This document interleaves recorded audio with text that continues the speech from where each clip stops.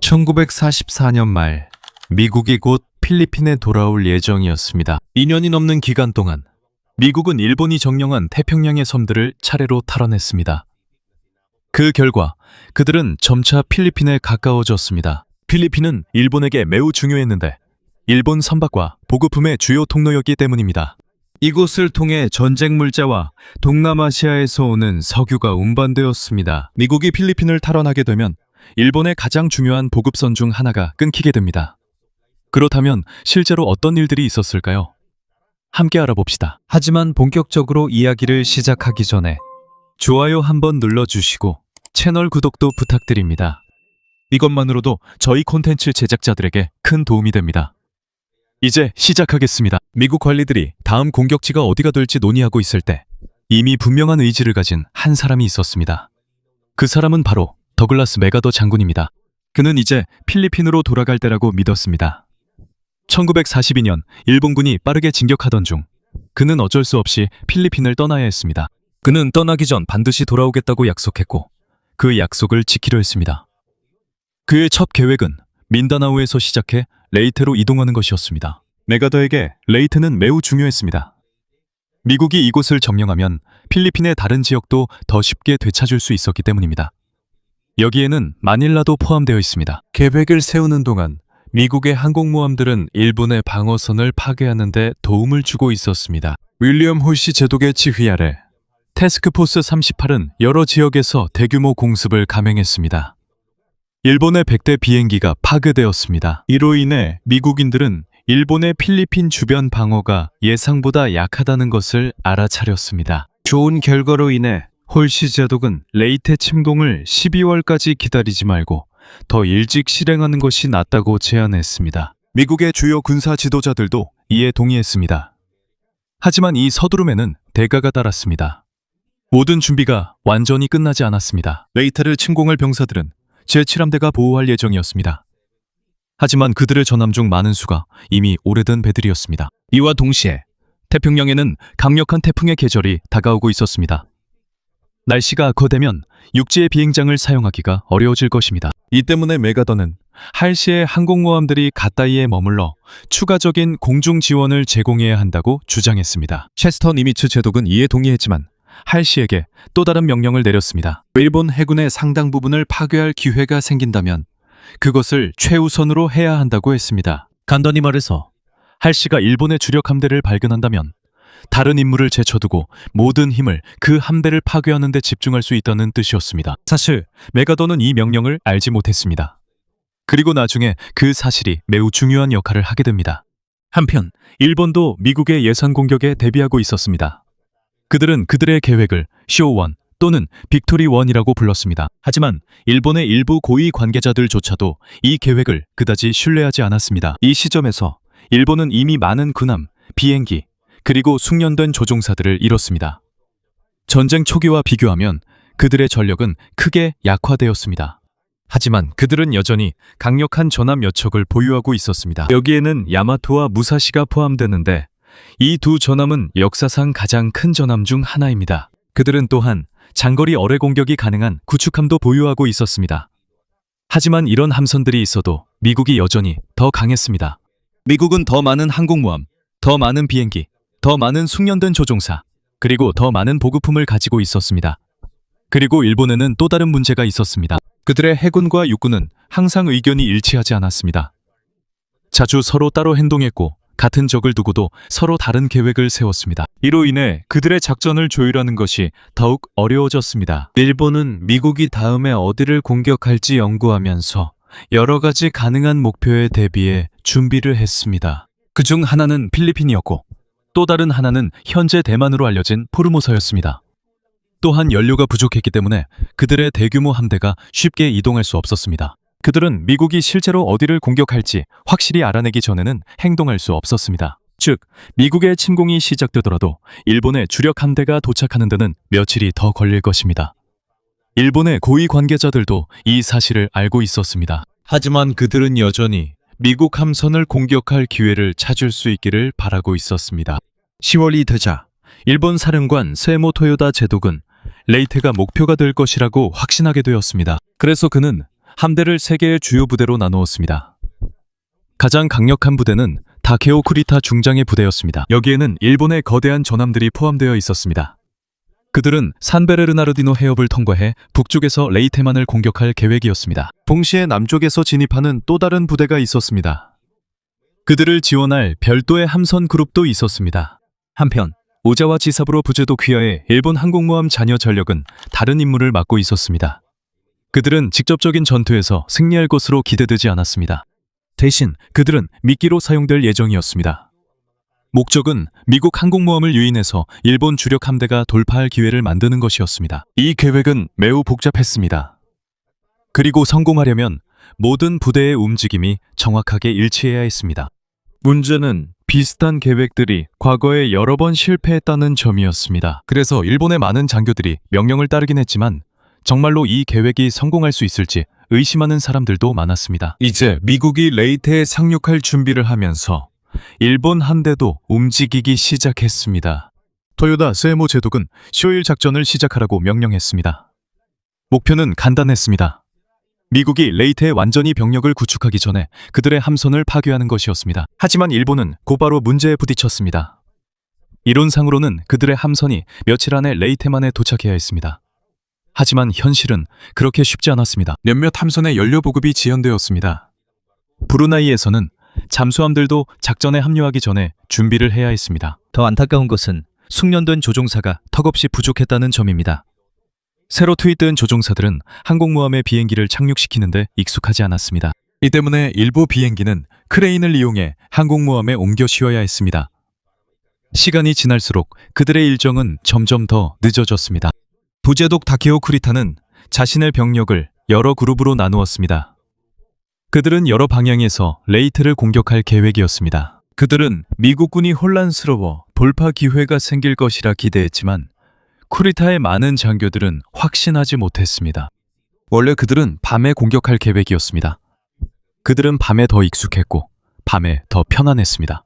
하지만 여러 가지 지연 때문에 그들은 낮에 전투를 벌일 가능성이 높아졌습니다.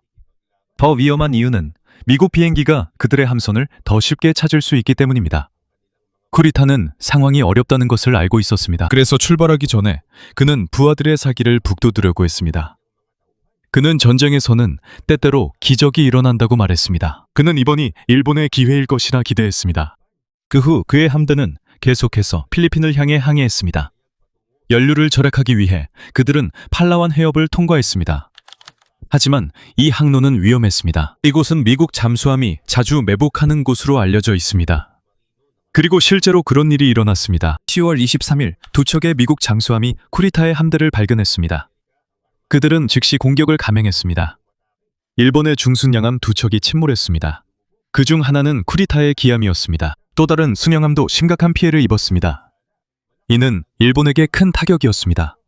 하지만 그 와중에 그들 역시 하나의 승리를 거두었습니다. 포르모사에서 남은 일본군 비행기들은 작전을 지원하기 위해 필리핀으로 이동했습니다. 그들이 감행한 공격은 많지 않았습니다. 하지만 한 발의 폭탄이 항공모함 USS 프린스턴에 명중했습니다. 이 폭탄은 선박 내부로 관통해 경납고에서 폭발했습니다. 이어서 연쇄 폭발이 일어났습니다. 다른 함선들이 불을 끄려고 시도하는 동안 상황은 더욱 악화되었습니다. 곧 프린스턴의 어뢰 저장고가 폭발했습니다. 폭발은 매우 강력했습니다. 수백 명 미국 선원이 사망하거나 다쳤고 항공모함은 구할 수 없었습니다. 결국 미군은 적에게 넘어가지 않도록 직접 침몰시켰습니다. 이것은 그 시기에 일본이 거둔 가장 큰 승리 중 하나였습니다. 하지만 전체 상황은 변하지 않았고 미국은 여전히 더 많은 함선과 비행기를 보유했습니다. 한편 애드미럴 홀시의 태스크포스 38은 여러 지역에 흩어져 있었습니다. 일부 그룹은 주요 전투에서 멀리 떨어져 있었습니다. 이로 인해 미국 병력은 즉시 집결하지 못했습니다. 쿠리타 함대가 시부야 내내에 들어섰을 때 단 한 태스크 그룹만 이를 바로 알아차렸습니다. 비록 이 그룹이 미국에서 가장 강력한 그룹은 아니었지만 그들은 즉시 공습을 시작했습니다. 그들의 주요 목표 중 하나는 거대한 전함 무사시였습니다.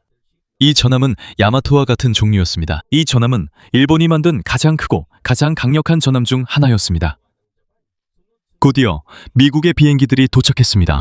그들은 무사시를 폭격했고 무사시는 여러 어뢰에 맞아 배 안에 물이 차올랐지만 매우 견고했습니다. 공격이 계속될 때마다 무사시는 계속해서 싸웠습니다.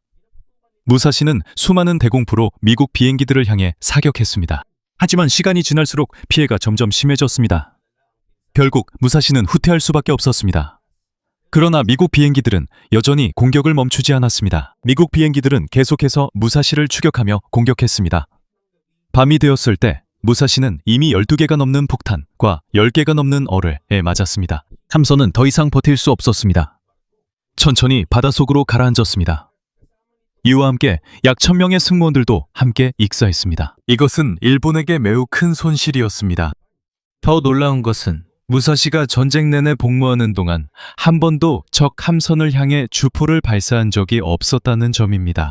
무사시가 침몰한 후 쿠리타는 잠시 후퇴했습니다.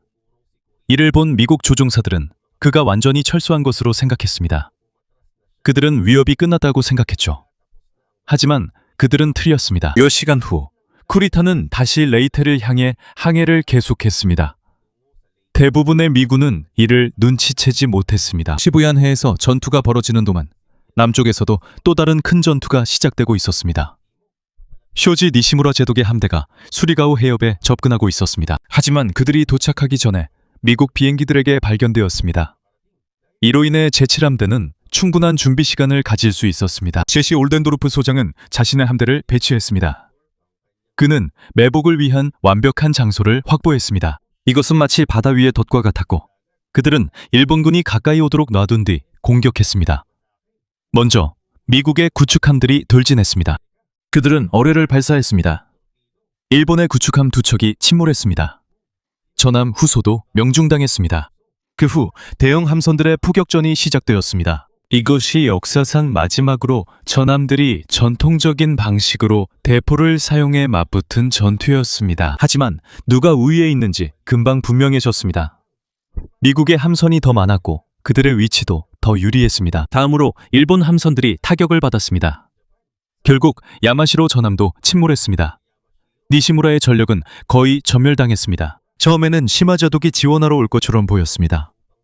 하지만 상황을 목격한 그는 후퇴하기로 결정했습니다. 그는 이미 끝나가는 전투에 남은 함선을 걸고 싶지 않았습니다. 이 시점에서 미국에게 또 다른 큰 문제가 다가오고 있었습니다.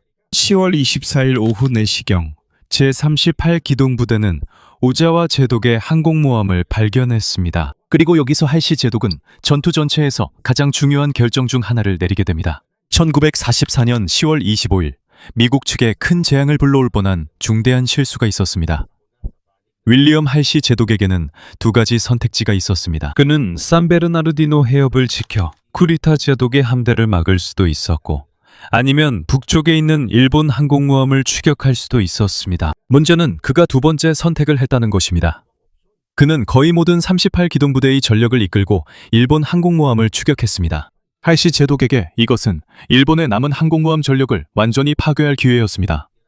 하지만 그가 몰랐던 것은 이것이 바로 일본이 원했던 일이었다는 점입니다. 오자와 제독의 항공모함은 미끼였고 진짜 위협은 쿠리타 제독 함대가 레이테로 접근 중이라는 점이었습니다. 혼란스러운 통신 때문에 7함대는 무슨 일이 일어났는지 바로 알지 못했습니다. 토머스 킹케이드 제독은 할시가 여전히 산 베르나르디노 해협을 지키고 있다고 생각했습니다. 하지만 이미 아무도 남아있지 않았고 쿠리타가 이미 해협을 통과해 바로 사마르에 있는 미국 함대 쪽으로 향하고 있었습니다. 아침 6시가 되자 쿠리타의 함대는 테피3을 발견했습니다. 테피3은 소규모 호위 항공모함 그룹이었습니다. 그리고 미국의 구축함과 호위함들이었습니다. 이 함선들은 대형 전함과 싸우기 위해 만들어진 것이 아니었습니다. 이들은 지상에 있는 병사들에게 지원을 제공하기 위해 만들어진 것이었습니다. 양측이 서로를 발견했을 때 모두 놀랐습니다.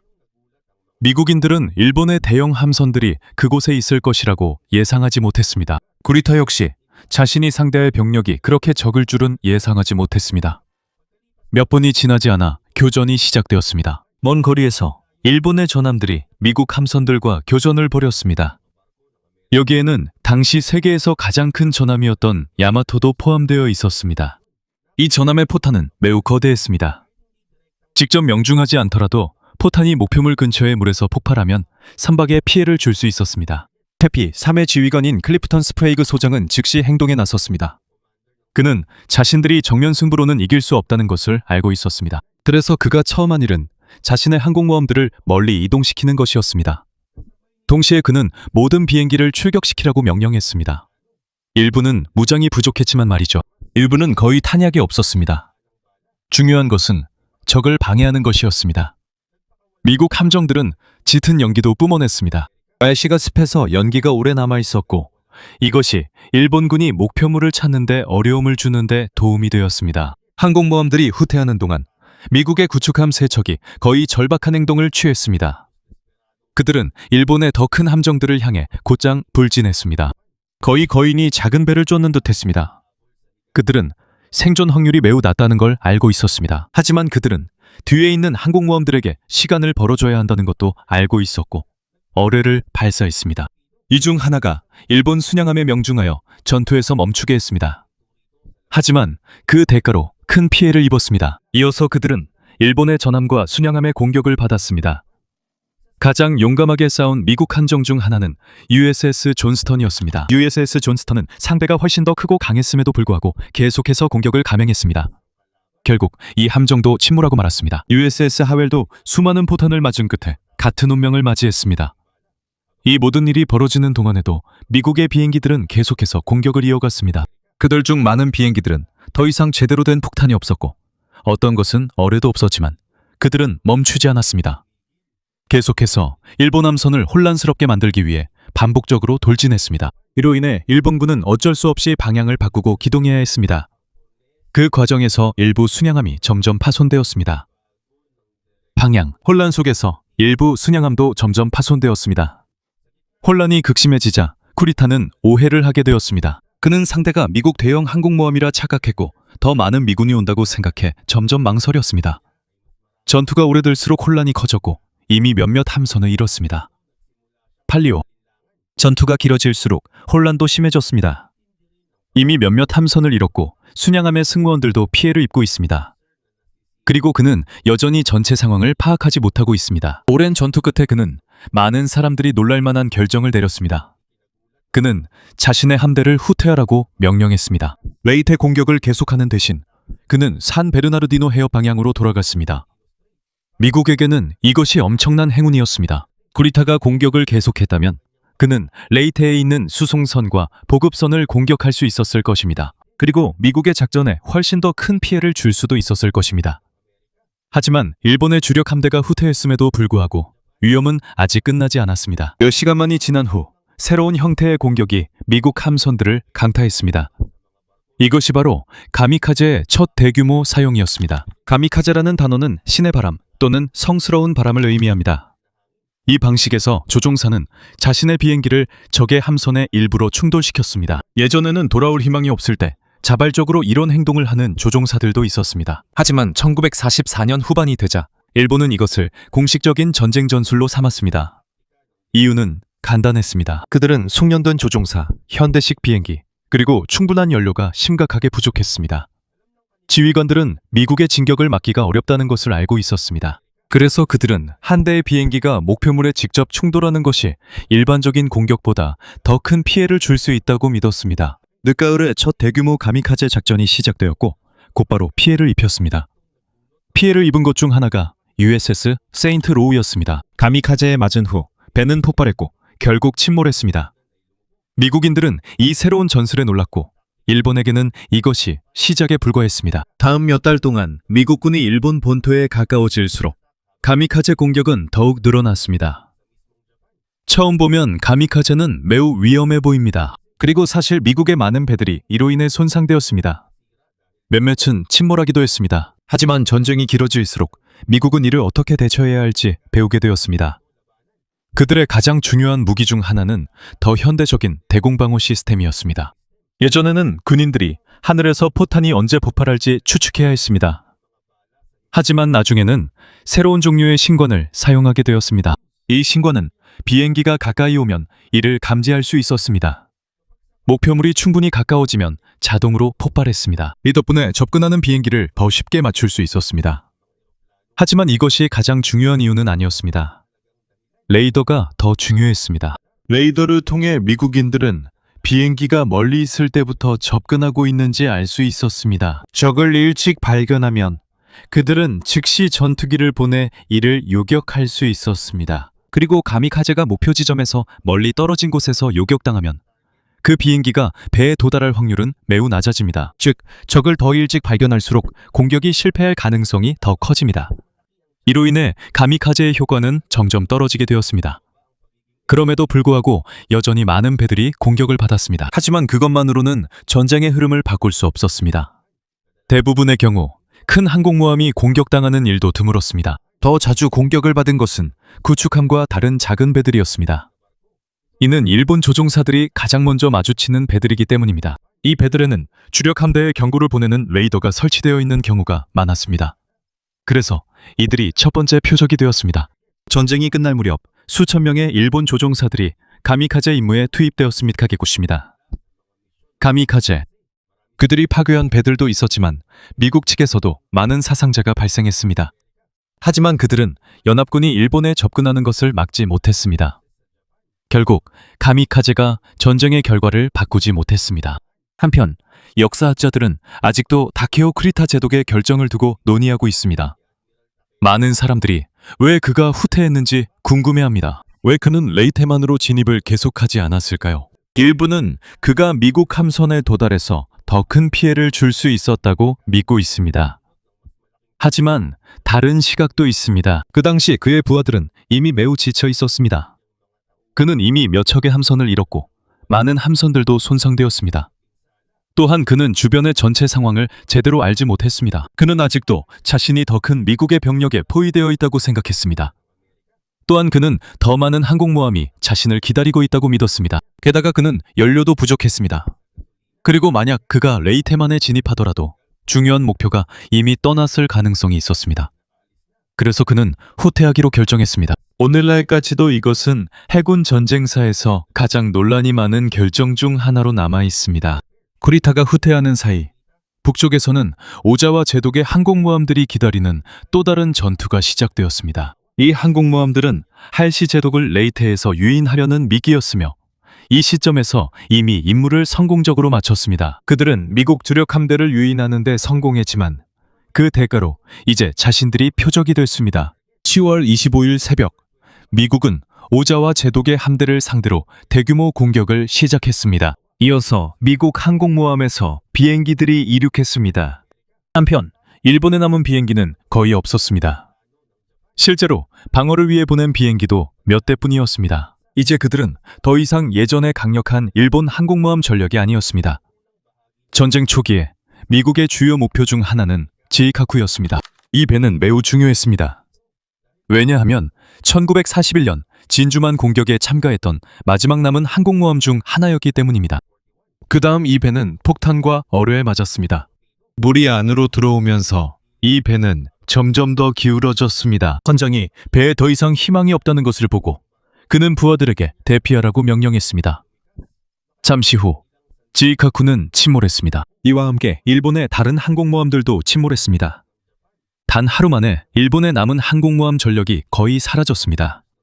이것은 엄청난 타격이었습니다. 비록 일본이 서류상으로는 몇 척의 항공모함을 더 보유하고 있었지만 실제로는 이를 진정한 무기로 사용할 만한 충분한 비행기와 숙련된 조종사가 거의 남아있지 않았습니다. 그럼에도 불구하고 홀시가 일본 함대를 완전히 격파한 것은 아니었습니다.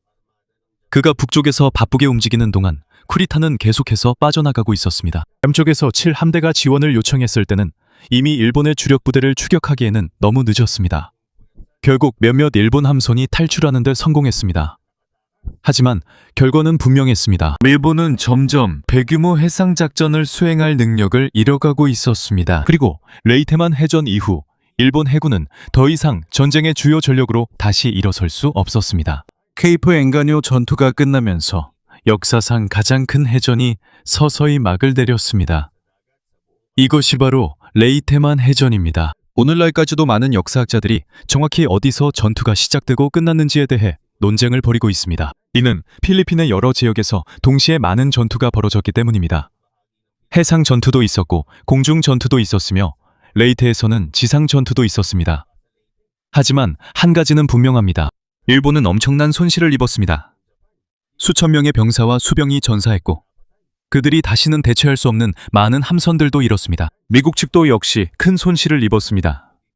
많은 함선이 파손되었고 많은 군인들이 사망하거나 부산당했습니다. 하지만 전체적으로 보면 일본이 입은 피해가 더 컸습니다.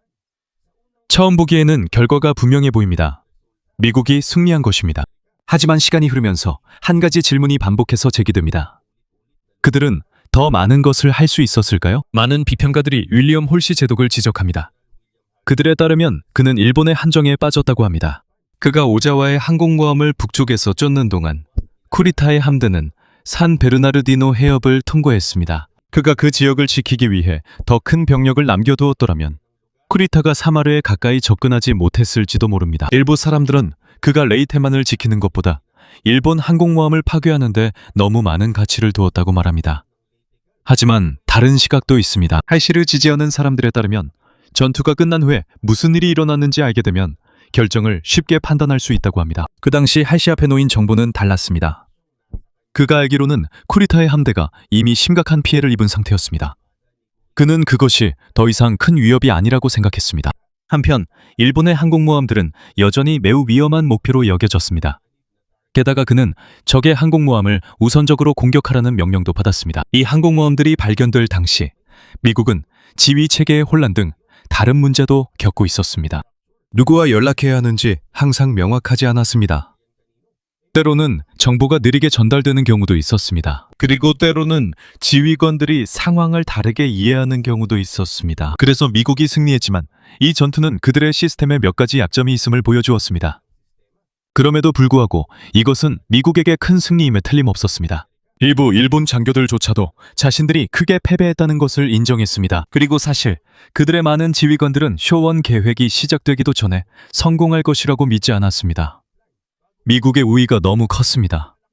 미국은 더 많은 군함을 가지고 있었고 더 많은 비행기, 더 많은 숙련된 조종사들이 있었습니다. 그리고 미국은 보급과 새로운 장비를 공급하는 능력도 훨씬 더 강했습니다. 설령 일본의 계획이 완벽했다 하더라도 많은 역사가들은 일본이 이길 가능성은 여전히 매우 낮았다고 믿고 있습니다. 또 다른 큰 문제는 그들의 주요 목표였습니다. 그들은 미국이 레이테에 상륙하는 것을 막고 싶어 했습니다. 하지만 그들의 함대가 도착했을 때는 이미 미국이 많은 병사와 장비를 상륙시킨 상태였습니다. 모든 것이 이미 늦었습니다. 그들이 레이테만에 진입하더라도 이미 지상에서의 상황을 바꾸기는 어려웠을 것입니다. 이것이 바로 많은 전문가들이 전쟁의 그 시점에서 일본이 그들의 목표를 달성하는 것은 거의 불가능하다고 믿는 이유입니다. 그리고 레이테만 전투 이후 그들의 상황은 더욱 악화되었습니다. 전쟁이 완전히 끝나기도 전에 일본 해군은 사실상 치명타를 입은 상태였습니다. 그들은 많은 전함을 잃었습니다. 항공모함도 잃었습니다. 그리고 무엇보다도 쉽게 대체할 수 없는 숙련된 인력들을 잃었습니다. 이 시점부터 일본은 더 이상 예전과 같은 대규모 해군 작전을 수행할 수 없게 되었습니다. 하지만 이것이 필리핀에서의 전투가 끝났다는 의미는 아닙니다. 미국과 필리핀 군인들은 일본군에 맞서 서서히 전진하고 있습니다. 더글라스 메가더 장군에게 이것은 그의 약속을 지키기 시작하는 순간입니다. 1942년에 했던 약속, 나는 돌아올 것이다 라는 약속입니다. 하지만 필리핀 전체를 되찾는 일은 쉽지 않을 것입니다. 앞으로도 몇 달간 치열한 전투가 계속될 것입니다. 더 많은 생명이 희생될 것입니다. 그리고 전쟁이 완전히 끝나기 전에 더 많은 도시들이 파괴될 것입니다. 한편 세계의 다른 한쪽에서는 유럽에서 나치 독일의 몰락이 다가오고 있습니다. 연합군이 베를린에 가까워질수록 미국도 일본 본토에 점점 더 다가가고 있습니다. 레이테만 해전은 제2차 세계대전을 끝내지 않았습니다. 하지만 이 전투는 중요한 사실을 보여주었습니다. 전쟁의 이 시점에서 일본이 이길 수 있을지에 대한 의문은 더 이상 없습니다. 이제 남은 질문은 그들의 싸움이 완전히 끝나기까지 얼마나 더 걸릴 것인가입니다.